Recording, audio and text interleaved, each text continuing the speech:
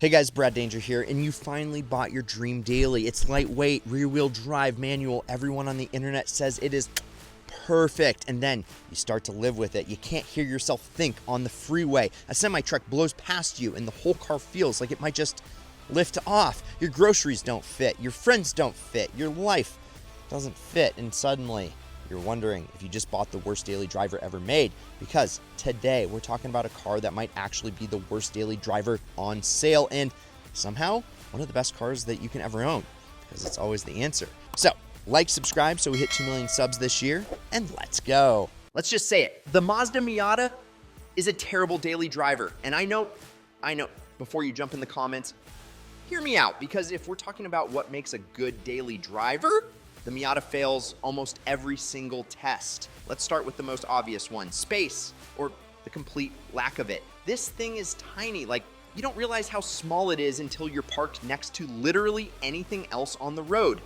SUVs feel like buildings, pickup trucks feel like aircraft carriers, and you're down there, eye level with people's door handles. And that sounds fun until it's not, because now every drive feels like you're the smallest fish in a very aggressive ocean.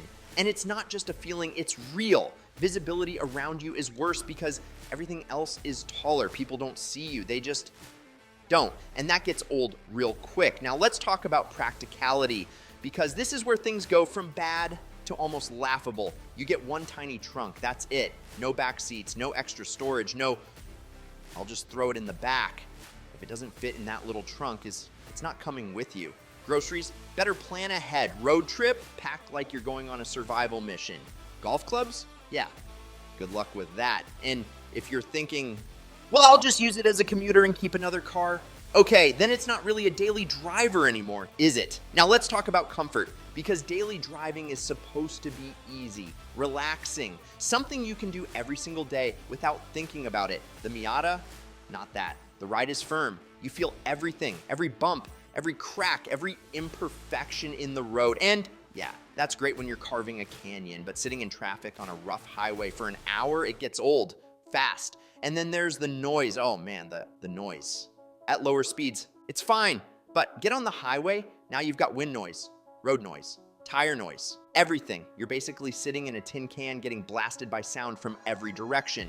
Phone calls, forget it. Podcasts, crank the volume. Long drives, you're gonna feel it. And speaking of long drives, let's talk about power, or again, the lack of it, because the Miata is not fast, and I don't care what anyone says.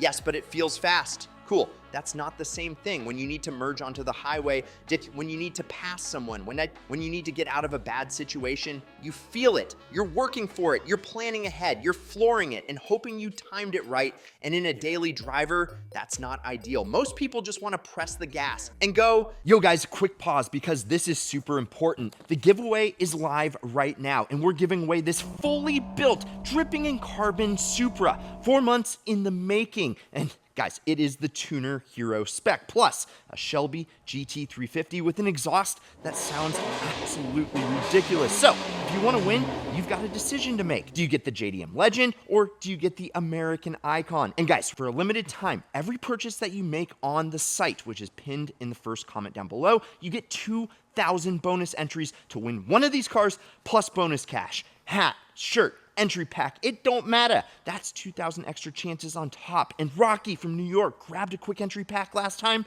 and walked away with a GTR plus bonus cash. So yeah, it definitely happens, and we're running it back with 2 cars. So which one you picking? Let me know in the comments down below, and go get entered as well, and good skill. Now stack all of this together. Tiny and practical, loud, not fast, not comfortable, surrounded by giant vehicles that may or may not see you. And you start to realize on paper, this might actually be one of the worst daily drivers you can buy. So why do people love this car so much? Why does it have one of the most loyal fan bases in the entire car world? Why does everyone who owns one refuse to sell it? Because everything that makes this car terrible is exactly what makes it brilliant. And this is where it flips, because the Miata was never meant to be a good daily in the traditional sense.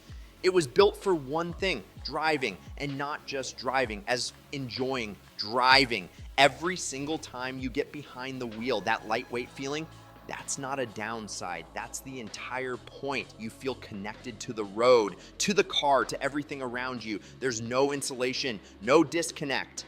It's raw in the best way. And that lack of power, that's intentional, because instead of relying on horsepower, you rely on momentum, on skill, on actually driving the car well. And suddenly 30 miles per hour feels exciting. 40 feels fast, 50 feels like you're flying. You don't need crazy speeds to have fun, and that changes everything, because now, like, every drive is engaging, every corner is an opportunity, every on-ramp is something you look forward to, and that's something most cars completely lose. They get faster, but they get numb. The Miata, never numb, always alive. And then there's reliability, because for all the complaints, this thing is basically bulletproof. Simple engine, simple setup, cheap parts, easy maintenance. This isn't a car that drains your bank account. It's a car you can actually live with long term.